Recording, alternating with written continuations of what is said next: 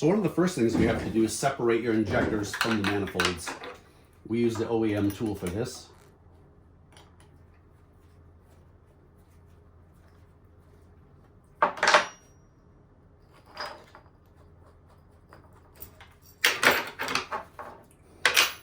Once they're separated, we have the numbers injected 1 through N, but we maintain whatever number you give us. If there was port and starboard, it'd be starboard 1, port 1, and so on. These happen to be P and M because they're snowmobile. So once these are out, these manifolds will be etched internally with the same number. That way they retain as a match set. The next problem is we need to get the nozzle off. Sometimes these nozzles are pressed very far down, which means when you try to get them off, you really need to grab a bite as close to the seam as possible. So we made this. We used to have this in aluminum. The problem with the aluminum is the aluminum bends over time because you have to give it sometimes quite a bit of pressure to push it down when you tighten. Also, we move the bolt head up, so when we apply a pinch, it applies a pinch to the top part of the seam. If the bolt was lower in line with this, it would be pinching the bottom part of the injector. And as the aluminum, this edge starts to get worn, it would continually slip off. This one's got quite a bit of lip, but a lot of them don't. They're half that size or less. So we created these out of 304 stainless steel. So here's how they work.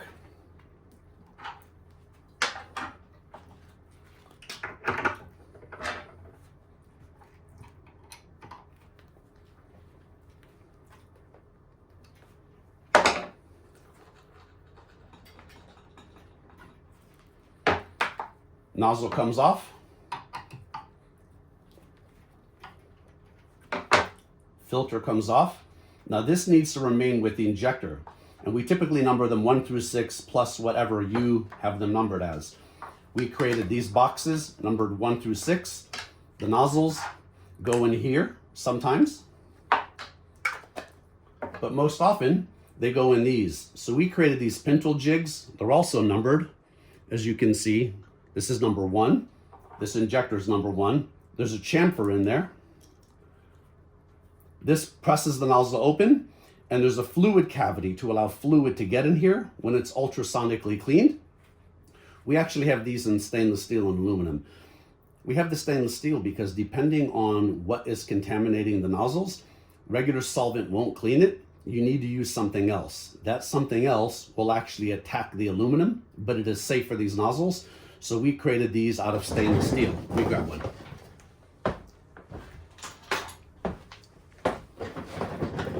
Right. So you see the difference, the aluminum versus the stainless steel. So these will remain as a set, nozzle number 1, injector number 1, and these will be etched internally, also with number 1. The next step would be to strip these and clean these, and clean these nozzles. And we clean these. We don't just ultrasonically clean them.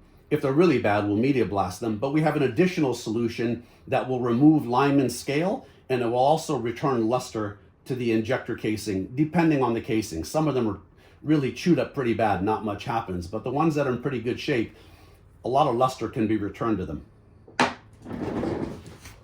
The injector stripped and ready for cleaning. We have the new parts pulled. The old parts, the little fuel hose brackets, those will be cleaned as well.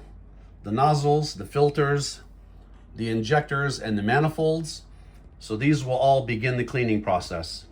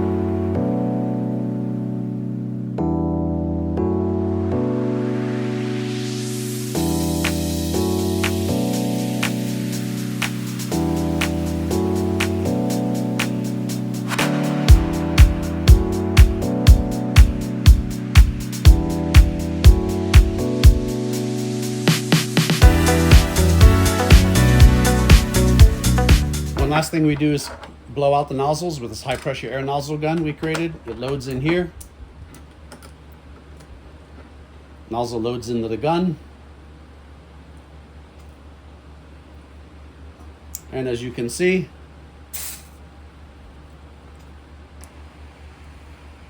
then we blow it out with high pressure air.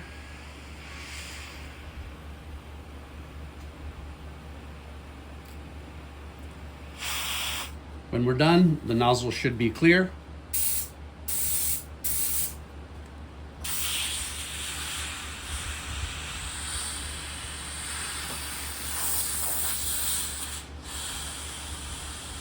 There we go.